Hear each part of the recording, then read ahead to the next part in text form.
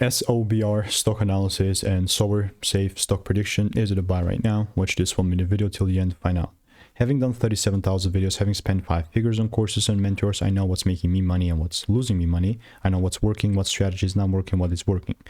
With this in mind, with Sobr Safe, yeah, so my previous prediction was like once it zoomed up, you know, that I want to take things lower. And since then, we went from 140 to right around 40 cents.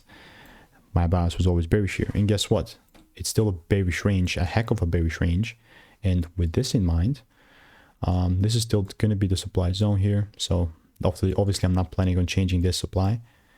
And what it will matter is that the price, if it does shift up and gives me a shift here, double break, then and only then I'm going to look to take things lower.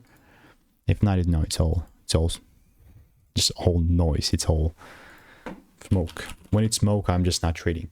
But yeah, it's heck of a bearish market. I mean, I'm only going to be bullish the moment I start seeing breaks above like 120 or so as of right now. So if you want to make more money consistently trading in a simple way, click the first link in the description. It's a free newsletter.